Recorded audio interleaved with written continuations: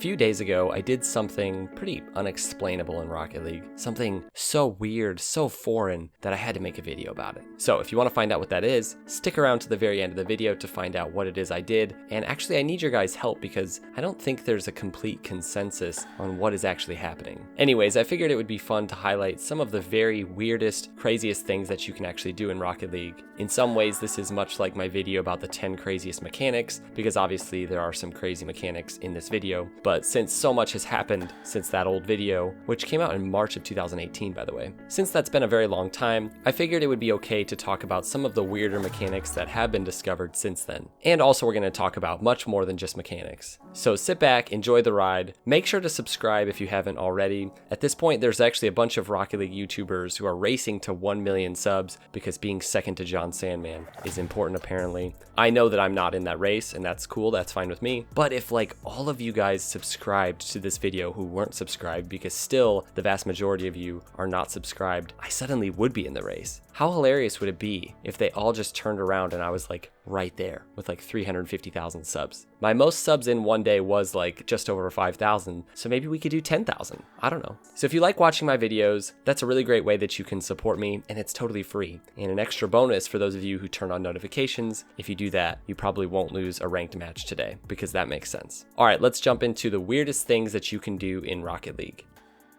Number 10 goes to a mechanic that was initially perfected by one of the bots that was made in the RL bots community. So this was found by humans, but perfected by bots. And now I'd say there are some players working on perfecting this and getting better at it. Rising Star 111 was the name that came up in the RL bot Discord. And here's the video of him showing and explaining how doing this is actually superior to just driving and boosting on the wall for things like recovery and just keeping your momentum. Now, I personally do not understand this, or really how this is possible. I think it must just take bot-like reflexes to pull off.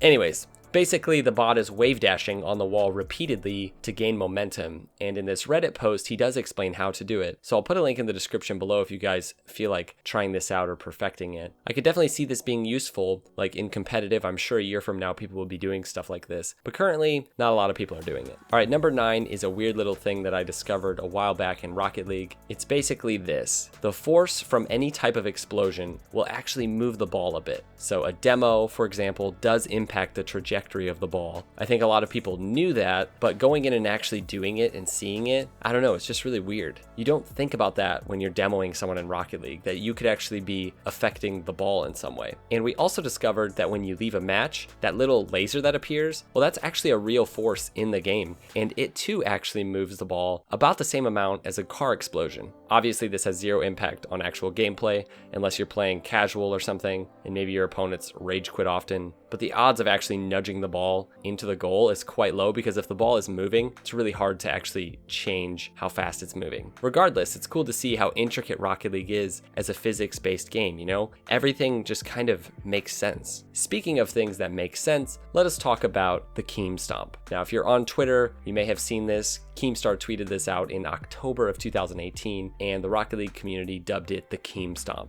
Now, I made an entire video about this back in the day, and I actually tried to land a successful FLuuMP in that video, and I did so unsuccessfully. Basically, you just jump your car up and land it perfectly on the ball without needing to drive around or anything. Like, if you land and then drive around to stop it, that doesn't really count. And you have your car sort of stomp the ball into the ground. Now, the craziest thing about this is that in that video, the ball is actually bouncing. It's not just like rolling and he stops it. It's bouncing and he sort of pinches it on the ground. Kind of the way that sometimes you'll go for a pinch on the wall and it'll just like kill your car and like all the momentum, and you just sort of sit on the ball. But yeah, this is very difficult. Give it a try if you feel like, you know, making it happen, but it's probably not going to happen. Number 7 goes to a weird little thing that you can do in split screen. Basically, you can play with 2 cars and 1 controller. That's right, 2 cars, 1 controller. Now, I think the first time that this was discovered was actually back in 2016, where this guy, Kunai0, hooked up his controller through a program called DS4 Windows, and the game recognized his controller as 2 controllers, thus making it possible to do the exact same motions and moves for 2 cars in split screen. And then back in February of 2017, Jacob, who is a former pro from NRG, he actually did a whole series playing split screen with himself. And that was where I actually first discovered this madness. I remember watching those videos a couple times. And also there's this goal from Reddit user Creandria, playing split screen with himself or herself, I'm not sure. Like Herm or whatever, like I don't know what to call. And scoring this ridiculous goal. Pretty crazy. Number 6 goes to the ceiling shuffle and the reverse ceiling shuffle. Truly perfected as a freestyle move by the freestyler Novel, and especially this goal, the forward ceiling shuffle to reverse ceiling shuffle into like 48 stalls and 37 flip resets. Probably a contender for goal of the year. But yeah, this was initially discovered by this guy, Wedgerox. And I love it because he discovered it accidentally. And I love this comment. This makes me wonder what players will be doing in the next 2 years or so. Little did he know, freestylers like Novel would be doing this kind of stuff forwards and backwards and like scoring goals off of it. Now it's all about how you land on the ceiling when you fly up to it, and from there you sort of just move back and forth without air rolling or boosting. And again, it's all about that initial touch of your wheels on the ceiling. You sort of have to be like turned a little bit, and it's very difficult, but like anything in Rocket League, if you put in the time, you can master this. I have not yet done this because honestly, I don't really care to learn this that much.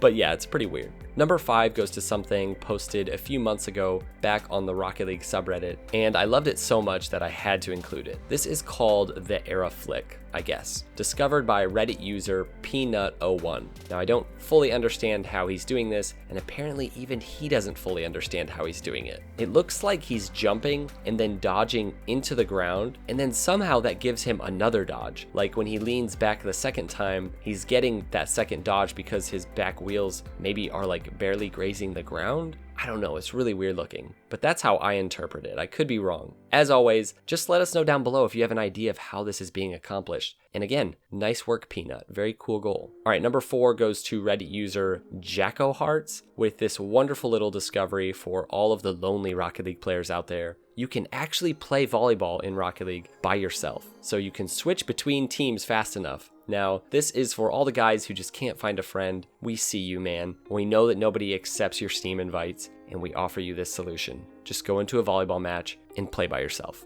Now, I can't say you'll feel any less lonely, but you will improve your volleyball skills and your aerial skills, which is very important. Or you could just go solo queue. That's basically the system in Rocket League where the game forces players to play with you. Forcing people to be your friends is always a good solution, in my opinion. So, just go with that. All right, number 3 goes to the roll reset, which is similar to the heli jump, except it's off the wall and there's no jumping included. Now, if you didn't know what the heli jump was, it's basically a mechanic that could be patched. I'm not sure. Maybe you can still do this. I don't know. Anyways, it's a way of leaving the ground without using your dodge. Like, you'll still have your dodge available. Now, I first heard about this sort of roll reset off of the wall at RLCS because this guy came up to me and he showed me a GIF of him doing it, and he claimed that he was the one who discovered it. He said that it was blowing up on Reddit, so I'm assuming this was him. I don't know. Anyways, this is from Reddit user Coach Kissy. Great name. And he basically just lands on the wall in a certain way that he ends up leaving the surface without having to jump. And basically this makes it so that he has an infinite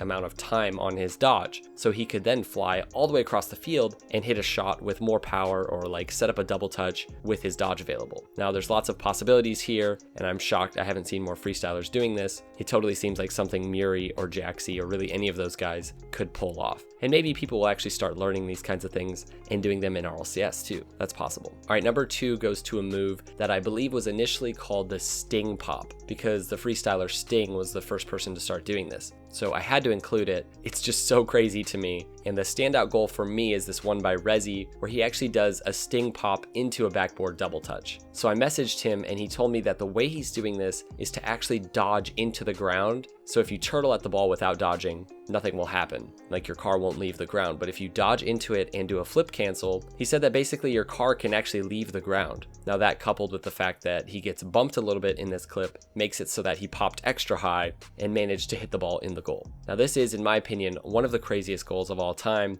And like I said in my tweet, I think a goal like this is deserving of being, you know, at least in the running for goal of the year.